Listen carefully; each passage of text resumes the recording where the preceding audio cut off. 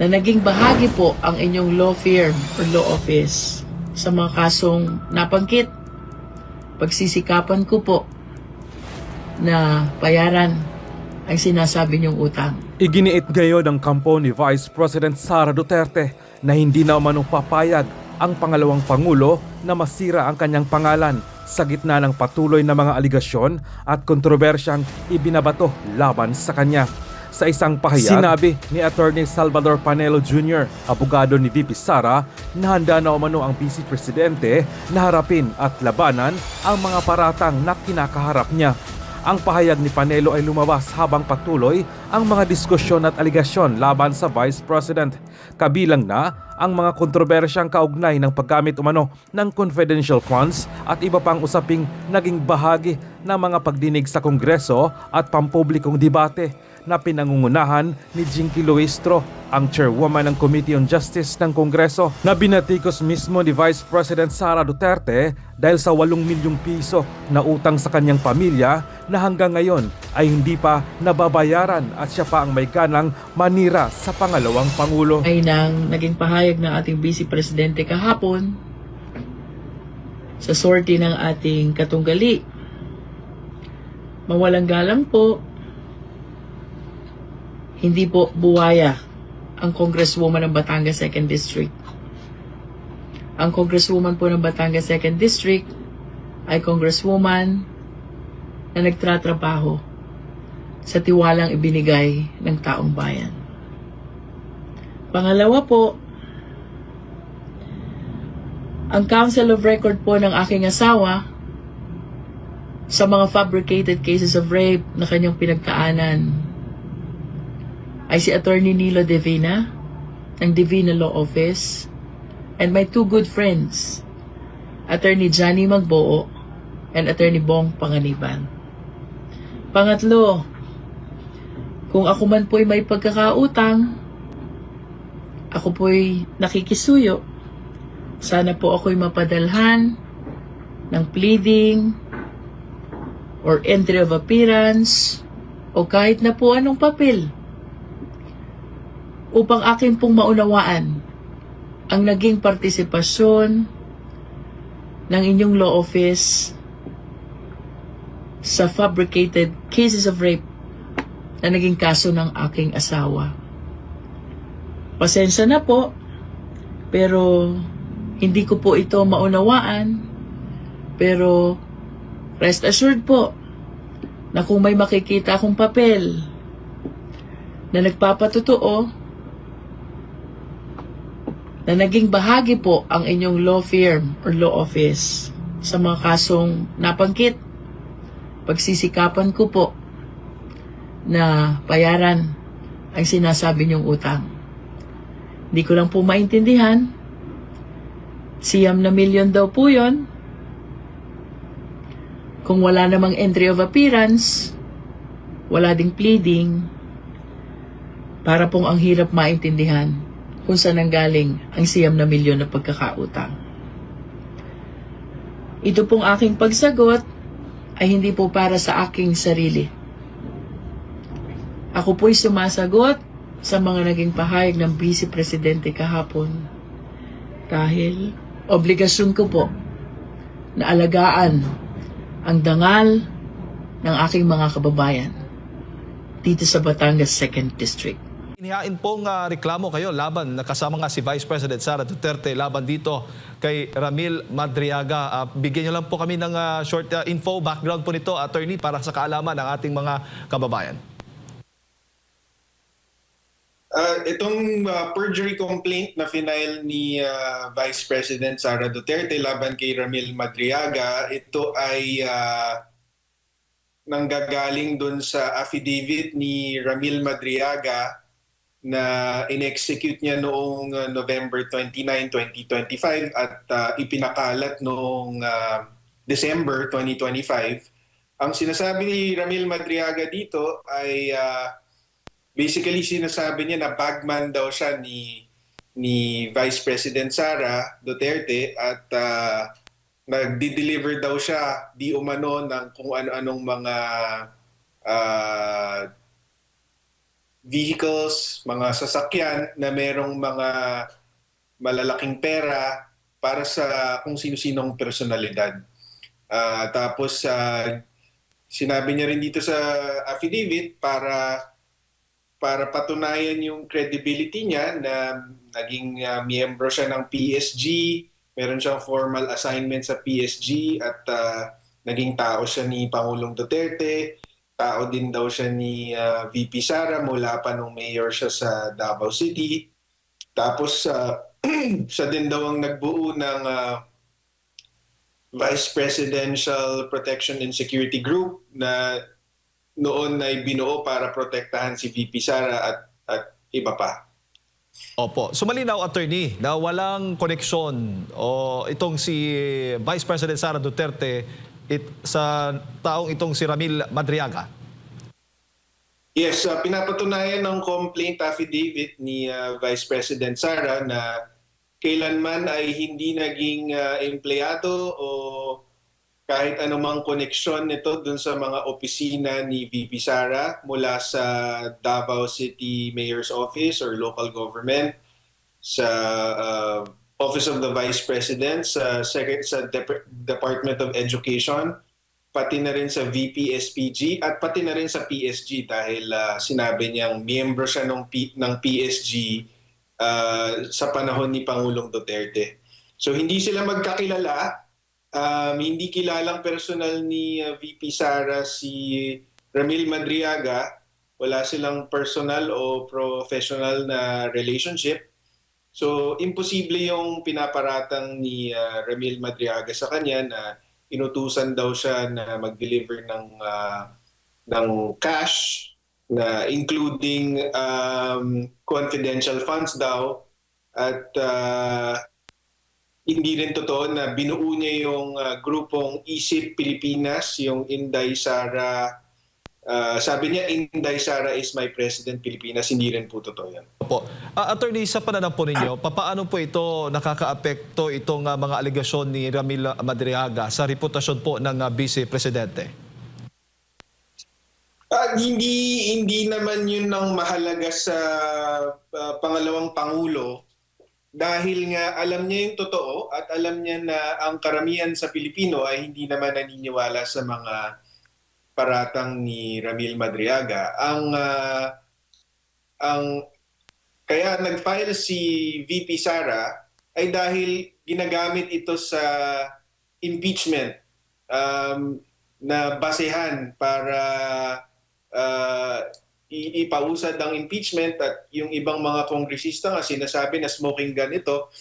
Pero ang totoo ay walang katuturan yung affidavit niya at hindi dapat paniwalaan. So, kailangan ng seryosohin ito dahil nga kasama na siya sa impeachment at syempre ang impeachment kasi is isang proseso kung saan pwedeng tanggalan ng kapangyarihan ng isang duly elected official of government.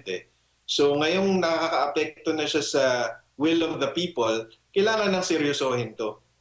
Hindi na pwedeng palagpasin, kailangan ng panagutin tong si Madriaga at kung matutuklasan natin kung sino yung mga taong nasa likod niya, pati sila. Opo. Hindi ho ba si Ramil Madriaga ay kasalukuyang nakakulong, attorney? At paano naman po makakaapekto itong panibagong kaso kung sakali mang madesisyonan ng korte? Totoo yun, nakakulong ngayon si Ramil Madriaga for a kidnapping charge. Yun ang ating impormasyon na nakalap. Ito namang final natin ay nasa prosecutor level pa lamang. Kung mahatulan siya dito ng guilty, mananatili siya sa kulungan. Opo, at Siyempre din, Jade, mababasag yung credibility niya. Maipapakita natin sa taong bayan na walang saysay yung pinagsasabi niya, walang katotohanan doon sa mga paratang niya laban kay VP Sara at ma-expose din yung mga nagtutulak ng impeachment na politically motivated lang talaga dahil nagtiwala sila or nag-rely sila sa isang testimonyang walang katuturan. opo. Yung kaso bang kidnapping niya, convicted na ho ba siya o kasalukuyang pang dinidinig din ang kaso po niya? Currently pending. Currently pending. Opo. Meron siyang naunang kidnapping for ransom conviction. Matagal na yon. Kaya lang na-acquit siya sa Supreme Court noong 2003. So nakulong siya before 2003 pero napalaya siya because na-acquit siya ng Supreme Court. Tapos nung 2023 naman, inaresto siya ulit for a new kidnapping charge. Opo. Itong si Ramil Madriaga po, attorney, yung kanyang affidavit ay ginamit din nga sa impeachment. Sa tingin po ninyo ay gaano kabigat itong naging testimonya, affidavit po niya na ginagamit po ngayon dyan po sa House of Representatives. Kung hindi ako nagkakamali, isa po yan sa mga naging dahilan ata kung bakit itinuring na may substance, may formal substance itong impeachment complaints na inihain laban kay Vice President Sara Duterte dyan po sa Kamara.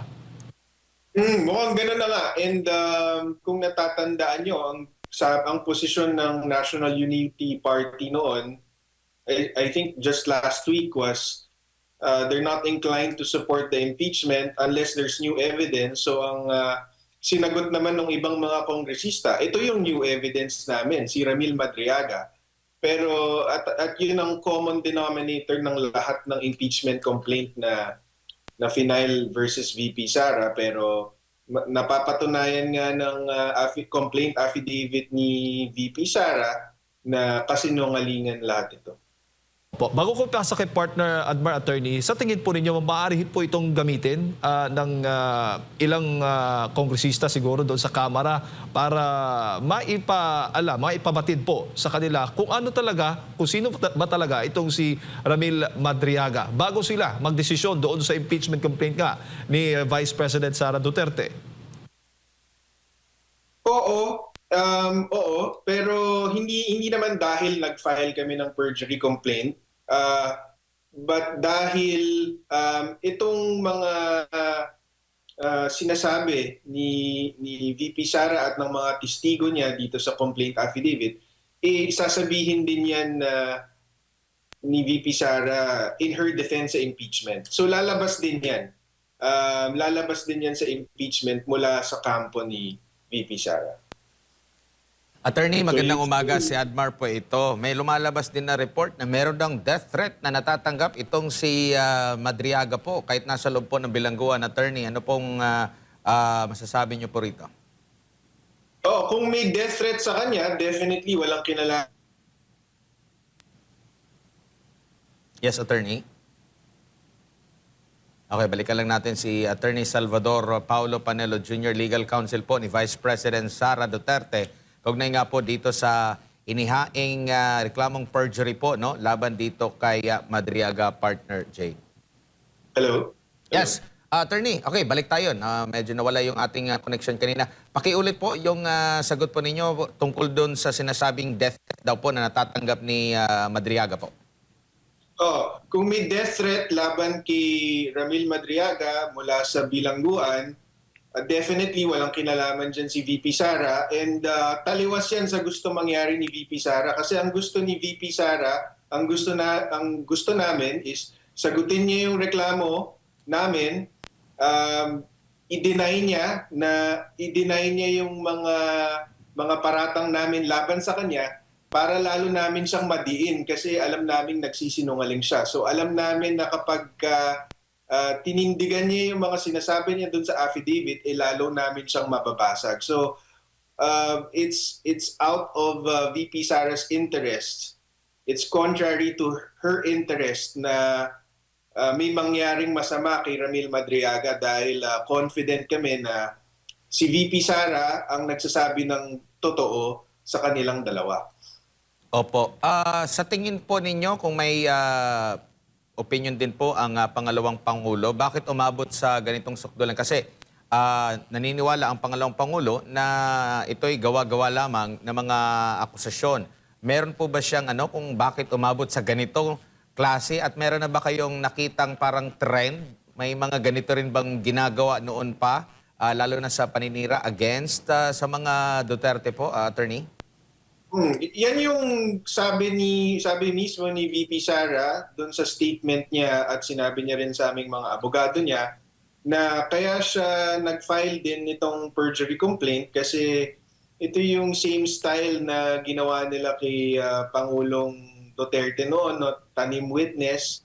I think ang pinangalan niya itong si Matobato, at may isa pa, nakalimutan ko lang kung sino. So, ang sabi niya sa amin, hindi pwedeng hayaan na lang tong mga to. Sabi niya, ang pagkakamali ni Pangulong Duterte noon ay hinayaan niya lang kasi confident siya na kapag umabot ng korte, mapapawalang ma-disregard itong mga testimonya na to dahil hindi credible, hindi totoo. So, yun ang iniiwasan natin dito, na habang hindi pinapanagot, baka lalong gamitin ito, 'di ba? Baka marami pang sumakay dito, kaya dapat i-address na.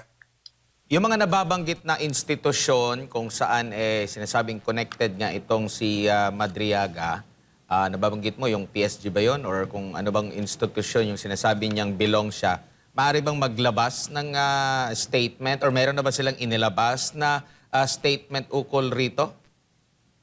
Meron tayong nakalap na mga certification mula sa PSG, Presidential Security Group, na ngayon ay Presidential Security Command na, mula sa ASPG, na dating Vice Presidential Security and Protection Group, sa Office of the Vice President, sa Secretary of sa Department of Education, pati na rin sa Davao City Government. Nakakuha tayo ng mga certification mula sa mga opisina na yon na never naging empleyado si Ramil Madriaga sa kanila at never din naging konektado in any. Opo. At ito ring meron ding pahayag last December, kung di ako nagkakamali, ang kalihim din po ng DILG mismo na nababanggit niya na hindi nakabisita itong si VP Sara kay Madriaga. Gagamitin din po ba yan? Nabanggit din po yan sa complaint affidavit. Although hindi naman po talaga kailangan kasi hindi po yan kasama doon sa affidavit ni Madriaga. Binanggit din po natin yan sa complaint affidavit ni VP Sara na hindi po totoo na yung sinasabi ni Attorney Palad na binisita ni VP Sara si Madriaga sa kulungan, di umano, para kausapin daw na wag ituloy yung affidavit niya. Si Secretary John Vic Remulla na mismo ang bumasag dyan, ang sinabi niya ay nakausap niya yung jail warden and based on records, hindi bumisita si VP Sara kay Ramil Madriaga. Huli na lamang po, ano po kayang masasabi niyo po dito sa treatment sa nilagdaang at sinumpaan na salaysay ni Madriaga? Grabe yung treatment nito. In fact, isasama pangarad nga dyan sa impeachment. Kumpara dito sa pahayag ng dating mga sundalo na detalyado rin po at mga first-hand witness din sila dito sa pamamahagi ng mga mali-maletang may lamang pera po, attorney. Yeah, kitang-kita naman na basta anti-gobyerno or anti-administration, pinipilit nilang dinidiscredit at hindi binibigyan ng pagkakataon na yung mga kunyari yung mga Marines para ipaliwanag yung affidavit nila or suriin, mag-investigate. Pero ito namang si Madriaga na nag-iisa lang at walang support sa kanyang affidavit, ginawa pang star witness dito sa impeachment. So makikita mo talaga na hindi patas itong mga nagtutulak sa affidavit ni Madriaga. Opo. At huli na lang, attorney, sa tingin po ninyo may impormasyon din po kayong nakukuha tungkol nga po dito kay Ramil Madriaga sa kulungan na binibisita, pinupuntahan ba ng mga ilang matataas na opisyal para kumbinsihin at talagang kalabanan, kontrahin ditong Vice Presidente, lalo na sa impeachment complaint? I think sila mismo na ang umamin na nabisita nila si Ramil Madriaga sa kulungan. Si former Senator Trillanes, sinabi niya na bago niya gamitin yung Madriaga affidavit doon sa complaint na final niya versus VP Sara sa Ombudsman, ay binisita niya ito para kausapin. Pati naman si Congresswoman Laila De Lima also admitted that she visited Madriaga in prison. Opo. So, yeah, it just goes to show na biruin mo, nagkaroon kayo ng opportunity na kilatisin itong taong ito and yet ginamit nyo. So, ibig sabihin, politically motivated talaga ito. Kasi meron kaming 7 witnesses, including 2 former PSG commanders, na nagsasabi na hindi magkakilala si VP Sara at itong si Madriaga. Bukod sa hindi siya parte ng PSG, ng VPSPG o anumang opisina ni VP Sara, hindi rin siya qualified kasi meron siyang criminal record. In fact, ang sabi nga nung mga leaders sa PSG at sa VPSPG, hindi lang siya... Hello? Go ahead, attorney. Yes po. Hindi lang siya